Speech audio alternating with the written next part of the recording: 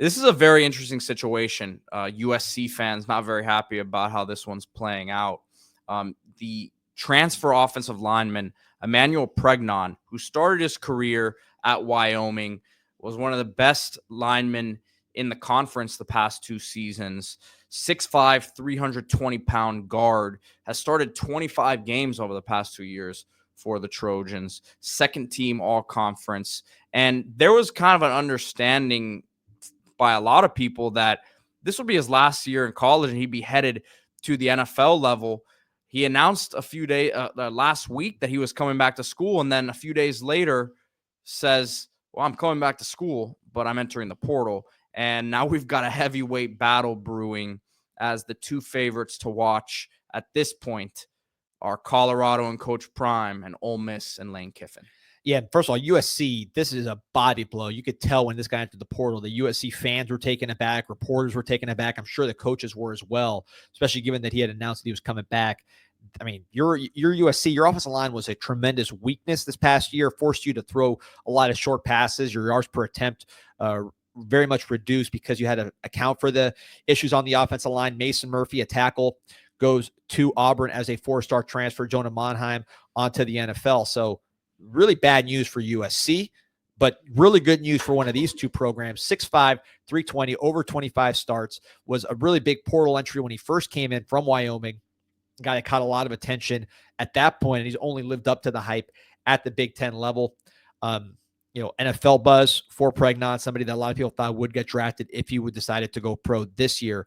So Ole Miss is a team that has been living in the portal. They got portal interior linemen last year, repeating that potentially with a Pregnon.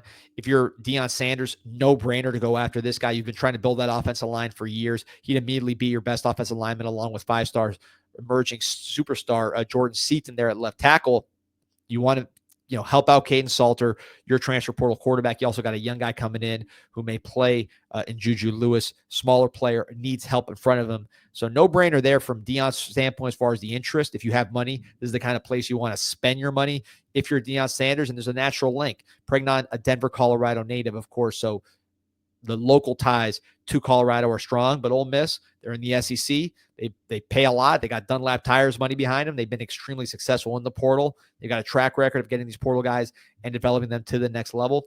And to me, there's a heavyweight battle between 2 of the bigger NIL programs, both of which have a screaming need in the interior line.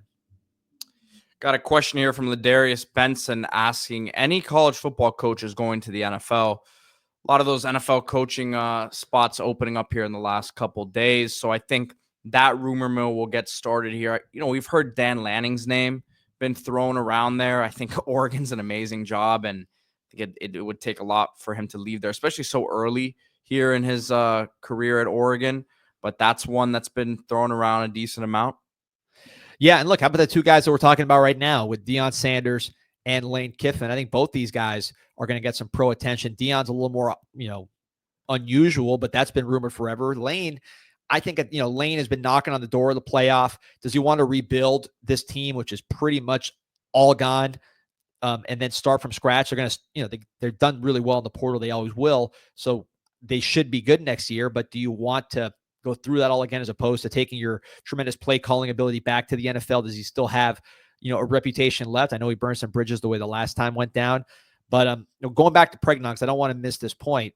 If you're Ole Miss, Nate Kalepo, who they got from Washington last year, their left guard, he's gone. Caleb Warren, his backup, gone. Jeremy James, gone. Eli Acker, gone. Those are their top 4 offensive guards, all gone. You absolutely need to rebuild this position in the portal if you're Ole Miss, going against those big, nasty SEC defensive linemen. I mean, you have Austin Simmons coming in as your quarterback, someone that we've watched since he was in high school down here in South Florida. Great baseball player, really shown impressive flashes for Ole Miss. Some guy that I think he could be a star in the SEC in this offense, but he needs help. You added Delano Townsend, from UAB, but you need more inside. PJ Wilkins from Charlotte. These are different level additions than a guy like Pregnon, who is immediately a top 5 player in the portal and an NFL prospect the second that he jumps in. SP1 Worrell says landing Chicago makes sense. Yeah, look, Lanning, he's a defensive mind. He's a great recruiter, which doesn't necessarily translate, but he's a young guy. He's a respected guy. Oregon has played, aside from the no-show against Ohio State, has been a pretty consistent program under Dan Lanning. Lost some close games, but I think they've been pretty consistent week in, week out. To me, I'd rather focus on the offensive guys. You see Cliff Kingsbury kind of rehabilitating his career there in the pros with what he's done with Jalen Daniels. Lane Kiffin, he doesn't get talked about a lot with the pros, but I could see one of those Schefter bombs or Rappaport bombs, and now Lane Kiffin is in the mix for jobs because he's still one of the best play callers in America, still young, and it's a league all about young quarterbacks. And seeing what Lane Kiffin's done with Jackson Dart and others, Matt Corral, he's a guy that I think has rehabilitated his reputation a little bit. Might be in a position to return back to the pro game. You said Jalen Daniels, man. Jaden Daniels. You know what I was thinking about? The Kansas quarterback who is an electrifying player for the Jayhawks. So I'm getting old.